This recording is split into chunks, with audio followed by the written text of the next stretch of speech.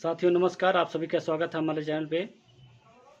साथियों, कल 21 अगस्त भारत बंद का जो दलित संगठन और कुछ राजनीतिक पार्टियों ने समर्थन किया था और जितने भी भाई बहन रोड पे उतरे उन सभी को मैं आभार व्यक्त करता हूं। हमारी एकता ऐसे ही बने रहे। आप सभी को पता ही है कि माननीय सुप्रीम कोर्ट द्वारा 1 अगस्त 2024 को जो निर्णय आया वो दलित समाज के हक में नहीं रहा, क्योंकि उस निर्णय में आप सभी को पता ही है कि कैसे वर्गीकृत और क्रीमी लेयर का अधिकार उन्होंने राज्य सरकार को दे दिया था। अगर राज्य सरकार चाहे तो ऐसा कर सकती थी। तो हमारे एकता को छिन्न भिन्न करना चाहते हैं लोग। हालांकि इसमें सरकारों का भी जरूर रोल रहा है, क्योंकि जब कोर्ट में मजबूती के साथ अपना पक्ष नहीं रखेंगे तो कोर्ट का आदेश हमारे विपरीत तो आएगा ही आएगा। लेकिन सवाल अब भी वही है कि क्या सभी चीज़ें अनुसूचित जाति के ऊपर, अनुसूचित जनजाति के ऊपर ही फैसले आते हैं, उनके विरुद्ध ही आते हैं। जैसे SC/ST एक्ट का मामला हो गया, अब वर्गीकृत और क्रीमी लेयर का मामला आ गया। दूसरे के चीज़ों में लोग ज़्यादा झांकते हैं, चाहे जितने भी जो भी याचिकाकर्ता रहे, याचिकाकर्ताओं का जो भी मकसद रहा हो, लेकिन हम लोग आपस में एकजुट रहें, किसी से कहने से या किसी के बहकावे में ना आए। खासकर वाल्मीकि समाज के हमारे जो भाई हैं उनको लग रहा कि अगर वर्गीकृत कर दिया जाएगा तो हम लोग को ज़्यादा फ़ायदा होगा। ऐसा कुछ भी नहीं है। बाबा साहब जो है एक छाते के नीचे सभी जातियों को ला करके खड़ा कर दिए। 3 कैटेगरी उन्होंने बनाया, OBC को अलग रखा, कई जातियों को मिला करके, अनुसूचित जाति यानी SC को भी कई जातियों को मिला करके एक छाते के नीचे रखा। अनुसूचित जनजाति के लोगों के लिए भी वही काम उन्होंने किया कि तमाम जातियां जो वंचित समाज थे उनको एक छाते के नीचे ला करके रख दिया। तो ऐसे में हम लोग जो है बंटना नहीं चाहते हैं। हम लोग चाहते हैं कि कोई भी आवाज़ हो हम लोग साथ में उठाएंगे। हमें नहीं कोई भेदभाव करना है कि अनुसूचित जाति के ये दूसरे बिरादरी के हैं, ये दूसरी बिरादरी के हैं। अगर नाम उनका आता है तो सिर्फ अनुसूचित जाति का आता है, दलित का नाम आता है। ऐसे में हम नहीं चाहते हैं कि जो हमारे भाई लोग हैं आपस में बटें। आपस में कोई बात आए तो कहेंगे कि वो तो दूसरे हैं, हम उनके लिए काहे बोलने जाएं। तो अगर इस तरह से बंटवारा होगा तो हमारे लिए घातक साबित होगा, हमारे समाज के लिए घातक साबित होगा। हमारे समाज के सभी लोग इस समय विद्वान हैं, जानकार हैं। ये सब चीज़ों को भांपते हुए उन्होंने भारत बंद का आह्वान किया था। और उस भारत बंद में धीरे धीरे पहले बहन मायावती ने खुल करके प्रेस कॉन्फ्रेंस किया, जम करके विरोध किया। आपको पता ही है प्रेस कॉन्फ्रेंस में क्या क्या हुआ।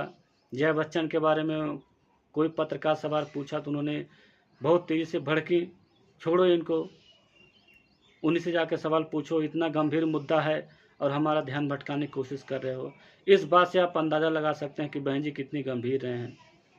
आज़ाद समाज पार्टी के राष्ट्रीय अध्यक्ष आज़ाद रावण जो है, चंद्रशेखर आज़ाद जो है, वो आप जानते हैं कि जो संसद में किस तरह से दहाड़ रहे हैं अपने मुद्दों को लेकर के, दलित समाज के मुद्दों को लेकर के।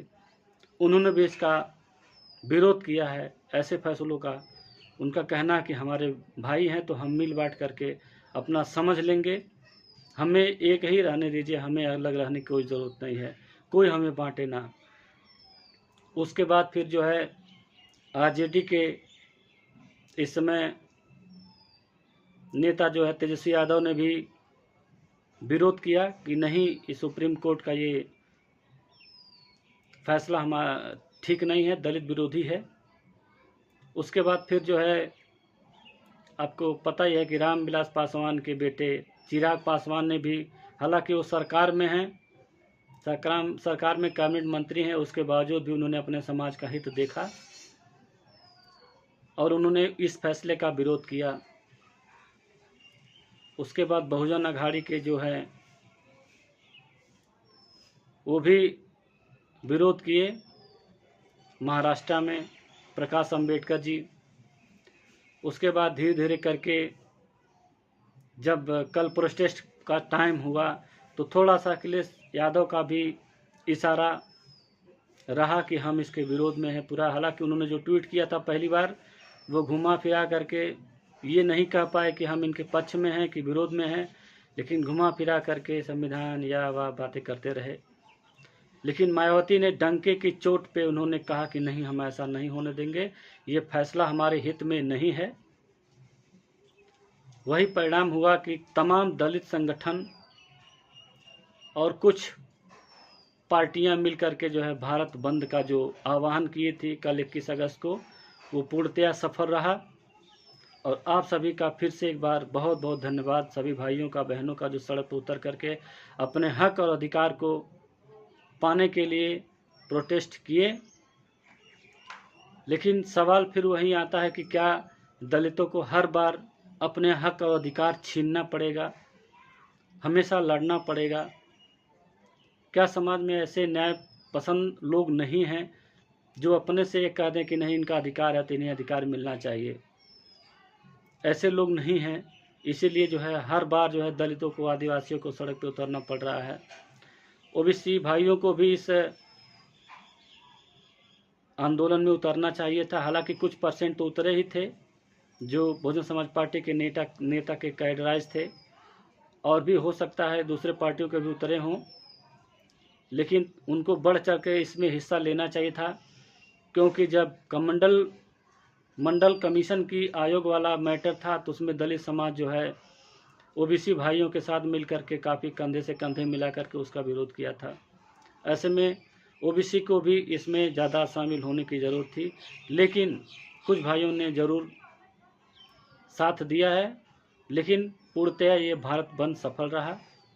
बिहार, राजस्थान, उत्तर प्रदेश थोड़ा अगर कमी देखने को मिला तो थोड़ा सा पंजाब में कमी आई, हरियाणा में ठीक ठाक था, और प्रदेशों में भी तो ठीक है ठाक था। कुल मिला जुला करके भारत बंद सफल रहा। बहुत बहुत धन्यवाद साथियों।